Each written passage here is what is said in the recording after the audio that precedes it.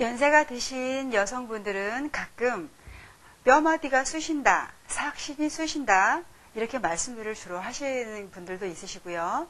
또 비가 오거나 눈이 오거나 하는 거를 기상대보다 더 정확하게 알아맞추시는 그런 분들도 있으십니다. 그런 분들은 또 아프다고 하시면서 이렇게 말씀들을 하시죠. 내가 원래 전혀 아프지 않았는데 애 낳고 나서 그 다음에 이 산후풍이 와서 삭신이 쑤시고 이렇게 아파. 평생 이래 왔으니까 아마도 계속 아플 거야 라고 말씀을 하시는데, 오늘은 그 아프다고 하시는 산후풍에 대해서 알아보도록 하겠습니다. 요즘 젊은 엄마들은 산후조리를 굉장히 잘하는 편입니다. 그 어떤 산후조리원이라든지 아니면 산후도우미를 고용하셔서 또 집에서 최소 한 달 이상은 이렇게 몸을 보호하고 산후에 안 좋은 그런 심신을 편히 쉬는 그런 개념으로 산후조리를 잘 하고 계시는데요. 우리 어머님들 때 주로 70년대, 80년대 이때까지만 해도 사실은 산후조리에 대한 개념이 굉장히 빈약했습니다. 그래서 시대 상황이 그렇기 때문에 어떤 쉰다든지 보양을 한다든지 이런 부분이 굉장히 적었죠. 그래서 아까 언급해드린 그 산후풍이 아마 굉장히 그때 많았습니다. 그렇다면 이 산후풍은 과연 왜 올까요? 그리고 이 산후풍에 대해서 우리가 어떻게 하면 예방을 하고 또 주의할 사항은 무엇인지에 대해서 알아보겠습니다. 여성의 삶에서 임신과 출산은 신체적, 정신적 가장 중요한 변화를 겪는 그런 시기입니다. 그래서 임신을 할 때도 물론 굉장히 몸이 힘들지만 출산한 이후에는 더더욱 힘든 상태가 됩니다. 출산을 하게 되면서 내 온 몸에 기와 혈이 다 빠져나가는 아주 허약한 상태가 되고요. 또 출산 이후에 바로 쉴 수 있는 것도 아니고 아기가 한 100일까지는 밤낮이 바뀌어서 굉장히 보채고 하기 때문에 그걸 다 돌보아야 하는 것이 엄마들의 몫이기 때문에 출산 이후에 몸이 많이 쇠약해진 그런 우리 산모들의 경우에는 외기에 잠깐 동안의 차가운 기운 혹은 습한 기운 이런 것들이 그 허약한 틈을 타고 금방 몸에 들어올 수가 있습니다. 그래서 예전에는 37일 동안 37일은 37, 20일 21일 동안이죠. 21일 동안은 바깥 출입도 삼가하고 굉장히 이 방 안을 훈훈하고 뜨뜻하게 해서 우리가 이 몸에 풍한습 기운이 들어가지 못하도록 그렇게 철저하게 예방을 했습니다.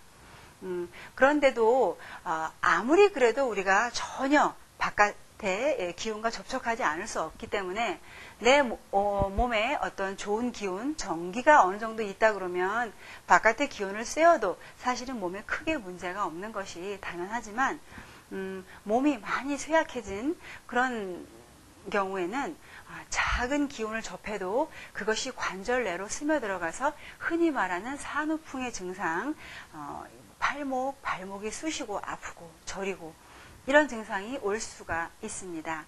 그렇기 때문에 우리가 산모의 몸 상태 굉장히 중요하시고요. 그 다음에 환경도 또한 중요하다고 볼 수가 있습니다. 여기서 굉장히 주의할 사항이 있으신데요. 우리가 출산 이후에는 산후조리원을 가도 그렇고 가정에서도 그렇고 굉장히 온도를 너무 크게 높여 놓으셔서 땀을 뻘뻘 사우나처럼 흘리고 계시는 경우가 가끔 있는데요. 그걸 또 여쭤보시기도 합니다. 이렇게 땀을 많이 흘리게 하는 게 괜찮나요? 라고 하시는데 우리가 이 땀은 촉촉하게 배어나오는 정도가 아니라 이렇게 뚝뚝 흘러나올 정도면 내 몸에 좋은 기운까지 함께 빠지게 됩니다. 그래서 지나친 사우나라든지 아니면 출산 이후에 땀을 많이 뺀다든지 하는 것은 내 몸 회복에 오히려 큰 방해가 된다는 것을 꼭 알아두셔야 합니다. 그래서 항상 적정한 온도, 그래서 땀이 사실은 이렇게 배어 나올 정도로 되시면 안 되고요. 춥지 않게 적정한 온도를 유지해 주시는 게 또 가장 중요합니다. 그리고 또 하나, 출산 이후에는 요즘에는 굉장히 외모에 신경을 많이 쓰시죠. 그래서 다이어트를 하신다고 아이 낳고 나서부터 바로 음식물을 굉장히 절제해서 드시는 경우가 많으신데요. 그런 경우에는 이런 부작용이 있습니다. 뭐냐면 우리가 산 후에는 많이 몸이 허약하기 때문에 대사가 제대로 돌지를 못합니다. 그래서 어떤 요만큼의 밥을 먹었다 그러면 우리가 몸에서 잘 이게 대사가 이루어져서 그만큼의 소비가 에너지원으로 쓰여서 다 해야 되는데 오히려 그게 되지 않고 몸이 허약하기 때문에 돌지 못하고 정체가 되어버리는, 오히려 비만을 더 촉진시키는 그런 결과를 가져올 수가 있습니다. 그래서 만약에 산 후에 살을 빨리 빼고 싶으시다고 한다 하면 처음에 어떤 식이 조절을 먼저 하실 것이 아니고요.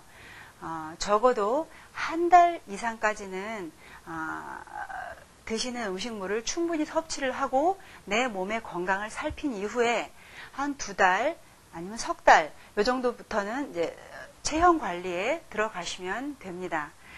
그리고 처음에 부기를 많이 뺀다고 그래서 호박즙 이런 거 처음부터 많이 드시는데요. 사실은 호박즙은 물론 그 비 속을 약간 보호하면서 그 수분을 빼주는 이뇨작용이 있기 때문에 부기가 빨리 빠진다라고 생각들을 하시는데 이 출산 후의 산모들은 사실은 그렇게 단순히 이뇨작용을 통해서 부기를 뺀다 이런 측면은 사실은 아닙니다. 내 몸의 기운을 회복을 해서 어떤 자연스럽게 부기가 빠지는 그런 작용을 유도해야 되는 거지 어떤 수분 자체를 빼낸다 이런 거는 맞지가 않습니다. 그래서 현명하신 분들은 부기를 뺀다라고 보다는 내 몸을 회복시킨다라는 측면에 먼저 초점을 둡니다. 그래서 저희 병원 같은 경우도 산후에 다이어트를 하러 오셨다고 한다 그러면 맥 상태를 봐서 몸이 허약하면 무조건 산후보약을 먼저 지어드리는데 산후보약을 드시고도 신기하게 살이 쭉쭉 빠집니다. 그리고 출산 후에 이 부기를 빨리 빼게 한다고 호박즙 처음부터 복용하시는 분들 종종 있으신데요. 우리가 호박은 이 비위 기능을 살짝 보하면서 이뇨작용이 있기는 하나 산후의 산모들이 그걸 처음부터 복용하기에는 적합하지가 않습니다. 왜냐하면 우리가 산후에 부기가 올 때는 내 몸의 기능이 허약해서 오는 부기이기 때문에 산후 보약을 드시게 되면 오히려 부기가 쑥쑥 빠집니다. 몸이 잘 돌아가서 건강해지게 되면 출산 후에 오는 그 푸석푸석한 부기는 싹 빠지게 마련이거든요. 또 하나 근데 주의할 사항이 있는데 우리가 출산 후에는 한 달 정도까지 오로가 빠집니다. 오로가 빠지는데 그 오로가 잘 안 빠지는 분들이 있습니다. 그래서 오로가 양이 시원치가 않고 똑바로 누우셨을 때 아랫배를 눌러보면 굉장히 통증이 심한 분들이 있는데 이런 분들은 산후보약을 먼저 드시거나 아니면 다른 거를 먼저 복용하실 게 전혀 아니고요. 오히려 출산 후에 남아있는 이 어혈, 오로 이거를 먼저 빼는 작업이 선행이 되셔야 됩니다. 그래서 일반 분들은 잘 모르시기 때문에 당연히 또 전문가와 상의하셔서 오로를 먼저 빼고 그 다음에 몸의 기능을 회복한 후 그리고 나서 이제 또 우리가 부족한 부분 체형의 변화라든지 다이어트라든지 이런 쪽으로 접근을 하시게 되면 산후에 앓고 계시는 어떤 산후풍이라든지 이런 염려는 전혀 걱정을 안 하셔도 괜찮습니다. 그래서 우리가 이 산후풍은 내 몸이 괜찮고 문제가 없으면 사실은 전혀 오지 않을 수 있는 그런 질병이다라는 것을 꼭 기억을 해 두시고요.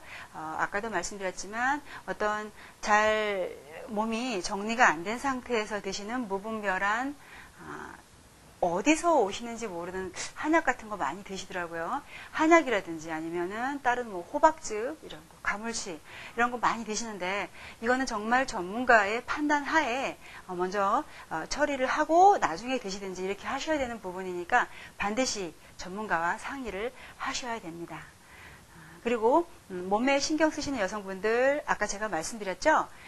산후에 몸이 잘 조리가 되시면 오히려 살이 쑥쑥 빠집니다. 그래서 산후보약을 먹게 되면 살이 많이 찐다라고 생각하는 것은 정말 이치에 맞지 않으니까 그걸 꼭 기억을 해 두시고요. 산후에는 무조건 보약이 들어가셔야 됩니다.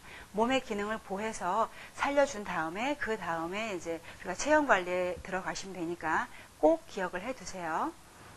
다음 시간에는 밤에 오히려 더 증상이 심한 하지 불안증에 대해서 알아보도록 하겠습니다.